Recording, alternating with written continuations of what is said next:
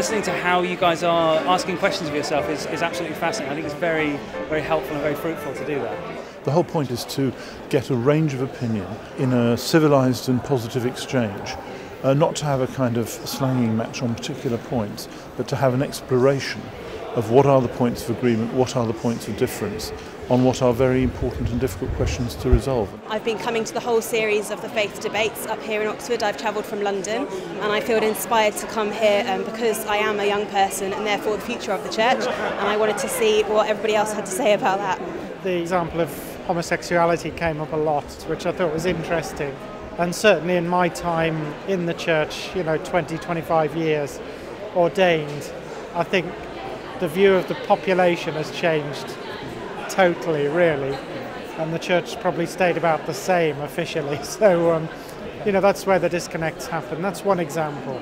I've been to a number of these debates and the same sort of issues keep coming up, and I think it sounds like there's like a swelling, there's something underneath that keeps coming up that actually if you talk to the people in the church, they all have a particular beef. They've got something to say about something, and it feels like there's a huge kind of tension. Of course, all that's in the papers about women bishops, clearly indicates there's more going on underneath than you might see on the surface. I mean, if you look at the history, there's all kinds of tipping points in the church. And I was reading a book written in the 1920s by a leading church person who felt that was the absolute tipping point.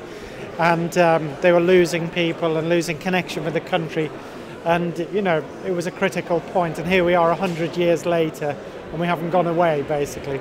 To those of us who are under 30, we're an instant culture generation. We have to make decisions really quickly, and it does seem to us sometimes that those people who are making the decisions are taking a really long time about it. Like, we don't have 20 years to make decisions about everything.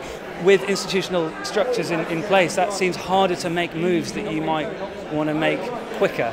And so if the carefully, steady as she goes is a bit of a model, then, moving in terms of culture is going to be a lot harder. Then on the flip side of that, of course, you would say, well, actually, should the church be moving as quickly as culture anyway? Does it offer something distinct and unique and different to the way that culture fluctuates and changes and evolves? Should it be doing something which actually is more steady, more reasoned, more kind of with gravity? I'm not a believer, I'm not a theist, but I believe that our established church, the Church of England, plays an exceptionally important role in the whole of the society. It does in its own terms, but it does also in relation to the other big questions about other faiths and other religions through the country, precisely because it is the established church.